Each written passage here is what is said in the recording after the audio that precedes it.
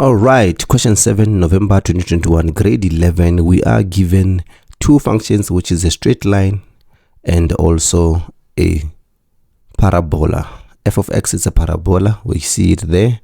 They intersect here at M, which is the y-intercept of the parabola and also the straight line, and then also intersecting here at the x-intercept of the parabola and also the straight line as well. So let's go to the question. A graph of f of x is equals to minus x squared minus 4x plus 5.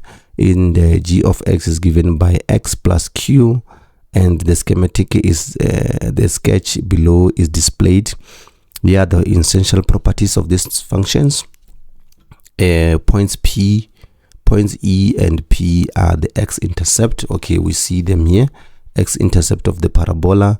M is the y-intercept and P is the turning point. N rather is the turning point. The dotted line ND is the axis of symmetry of F. Okay, great stuff. And then the graph of x and of f and g intersect at E and B respectively, and E and M respectively. Points B is the point of intersection of G with an axis of symmetry of F. Okay, great stuff. And therefore we have got point S and M are symmetrical. S and M, it means that they are symmetrical. They are symmetrical with respect to the axis of symmetry of F. All right, great stuff. So now they said write down the value of Q. Okay, write down the value of Q. Q here, it is the y-intercept of the graph. Okay, which is also the y-intercept of f of x. Y-intercept of a straight line and the y-intercept of f of x, they are therefore the same. So now let's see here, what is the y-intercept here is 5. So therefore our Q would just be 5. Simple as that. Straightforward by just looking at the graphs, guys. No need to stress yourself. Okay, let's move on to 7.2. 7.2 says calculate the length of line segment EP. Okay, let's come and look at EP. E is here, P is there. Basically, this is what? This is the x-intercept point, and then even here is the x-intercept point as well. Okay, is the x-intercept point as well. All right, so therefore we are gonna come at f of x. F of x. When do we get the x-intercept, guys? We get the x-intercept when y is equals to 0. So therefore x-intercept, we get it when y is equals to 0. So therefore we're going to make this one 0, and therefore we are going to have this equation again here. So therefore we need to multiply by negative throughout, so that we're going to be left with x squared here plus 4x. I multiplied by a negative 1, guys, to get this.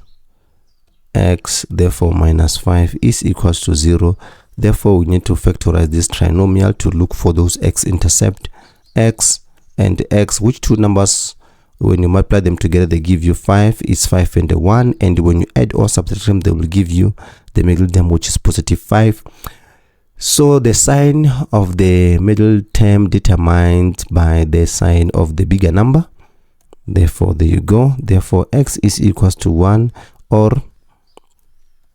x is equal to negative 5. All right, great stuff. So now what did they ask us? They asked us for the length of EP. So if this is negative 5 here at E, therefore at P is equals to 1. Therefore you just need to add them together. Remember, distance doesn't have a minus or a positive, so EP, the length of EP is going to be equals to 1 plus 5, which is automatically is going to be 6 units. Okay, and that's how you would deal with a question like this one. So let's move right along to 7.3. Okay, 7.3 says determine the coordinates of n, which is the turning point of the parabola. If you can still remember, the equation of a parabola, it was given by f of x, which is equals to minus x squared.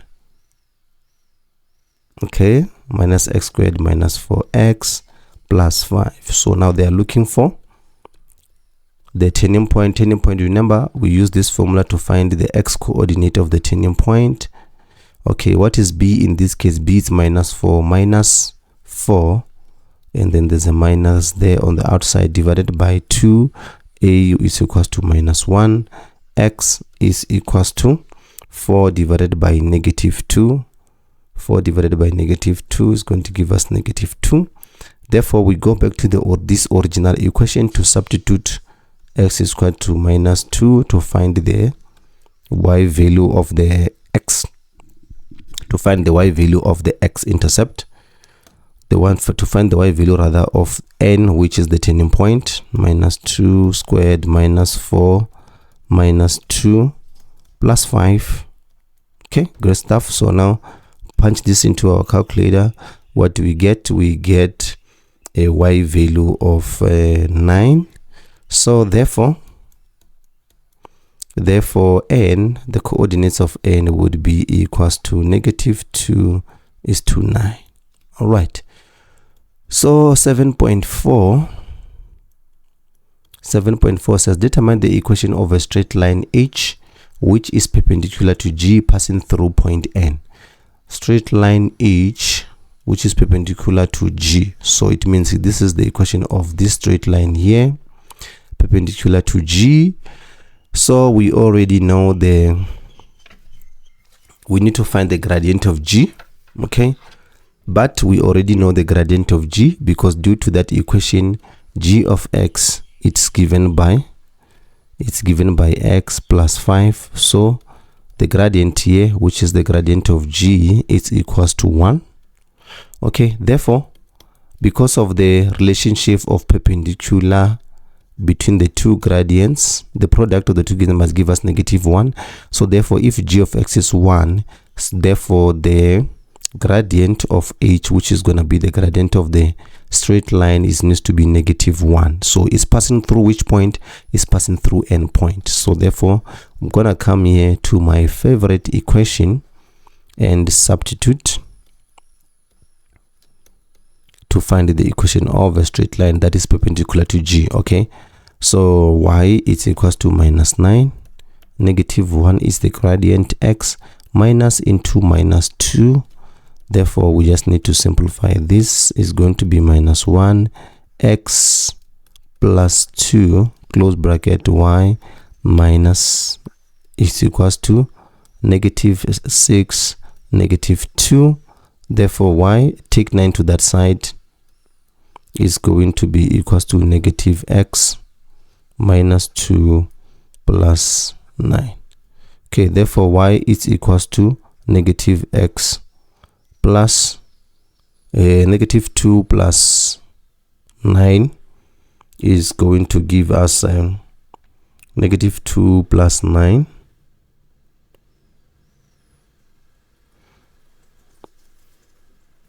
negative 2 plus 9 is going to give me positive 7. Right, and that's how you would deal with a question like this one, and therefore you can just tell the examiner that you know that this is h of x. All right, great stuff. So 7.5 said calculate the average gradient between point m and n. Okay, where is point n? Point n is here and point m is here. So average gradient, it would be this gradient here of this line. Okay, so it means they've got a line there going like that. Okay, so do we know the points at n? We know the points at n is given by minus 2 is to 9, and also point m is given by 0 is to 5. Okay, so therefore average gradient is going to be analytical geometry. Use the gradient formula here. y2 minus y1 x2 minus x1 is going to give us equal to 9 minus 5 all over, just substituting here, minus 2 into minus 0. Therefore the gradient of mn is therefore equal to negative 2. Okay, and that's how you deal with a gradient like this one. Now let's move on to 7.6. 7.6 said calculate the length of NT. NT is this length here. We already know the coordinates of n that are given by that. The coordinates of t, we don't know them. All right, but we know that the x value here does not change. It's -2, so therefore you have got -2 there. So we need to look for the y value here. So that y value, we're going to get it from our straight line. This is 7.6. We are going to get that y value from our straight line. Okay, so when, let me just put the equation here, +5. So what happens when, what is the y value when x is -2? It's going to give us 3. Okay, so now we already have, so the length between these two is this length here. So we already have here, it's equals to 5. Okay, 3 rather, not 5. It's equals to 3. It means our y value here is 3. All right, so now what we can do is to get the difference between n and this one, between n and t, to get the length. So therefore nt is going to be equals to 9 minus 3, which gives us 6 units. Which gives us 6 units. Okay, so therefore 7.7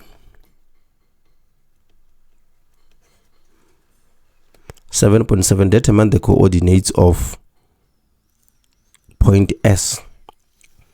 Okay, point S is this point here. Determine the coordinates of point S. Okay, so remember what they said on the given information. They said S is symmetrical to M. So we already know the y coordinates here. M is given by 0:5. So it means here at S, we don't know the x coordinate, but we know the y coordinate to be 5. Therefore we can go into our equation of the parabola, which was f of x is equals to minus x squared minus 4x plus 5. Okay, so what will happen if y is equals to 5 in this case? Therefore we can look for that x value. So when y is equals to 5, we need to find x here, minus 4 plus 5. Therefore take this 5 to that side. You are going to be left with negative x squared negative 4x plus 5 minus 5 is equals to 0. This and this will go out, and then therefore we can take out, we can either multiply throughout. Let's see here, we can either multiply throughout by negative or take out negative x as a common factor. Okay, negative x as a common factor. Whichever way, guys, here you're gonna be left with x minus 4 is equals to 0. Therefore we know that x can never be 0. Therefore x is equals to 4. And then we've got x is equals to 0 here, but it's this point here already. Okay, so okay, wait a minute, I think I'm making a very big mistake here, guys. Let me see, minus 4, take out a negative, so this one would be positive now because I took out negative x. Yes, so therefore our answer should be negative 4. Yes, now makes sense, because it's on the other side. Therefore the coordinates of x would therefore be negative 4:5. All right, great stuff. All right, great stuff. So now here we go. 7.8. I hope you understand this one, guys. I think I've shown you on the sketch. If you don't understand, please leave a comment on the comment section below. I will assist you where I can, or also reach out to me on my WhatsApp number so that I can be able to assist you. All right, so let's have a look at 7.8.1. F of x minus is equals to 0 minus g of x. So this one, we can just substitute the two equations here, and we look for the x values. Minus 4x minus 5 minus into x plus 5 close is equals to 0. All right, to multiply, let's simplify this one and remove the bracket there. Minus x minus 5 is equals to 0. All right, okay, multiplied throughout by the bracket there. Okay, this one was a plus minus 5, guys. I copied this equation wrong. This was a plus minus 5 here, the f of x. Thank you to Mela for showing that mistake there. Thank you for your comment. Right now, once we're here, we need to simplify here. Plus 5 minus 5 will go out. We're going to be left with minus x squared minus 4x minus x is going to be minus 5x is equals to 0. Okay, so we need to either multiply throughout by a negative 1. We're gonna multiply throughout by a negative 1, so we're gonna have positive x squared plus 5x is equal to 0. And then therefore we're going to take out x as a common factor, therefore it's equals to 0. X, then we can come here and say x is equals to 0, or x is equals to negative 5. All right, great stuff. Okay, and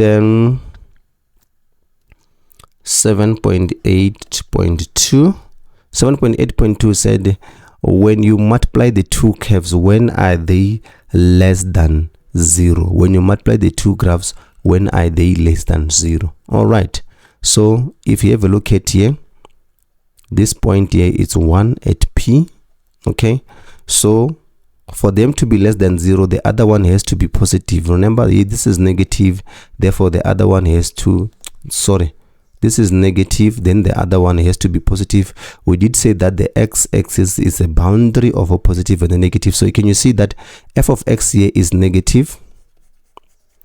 And then if you just draw a line there, g of s therefore is going to be positive. So you are referring to this point. So it means now anything that is greater than 1, you would have you would satisfy this equation of multiplying f of x and the g of x. They will be less than 0. I am Gaston Mapala. See you on the next upload, where we'll be doing question 7, November 2020.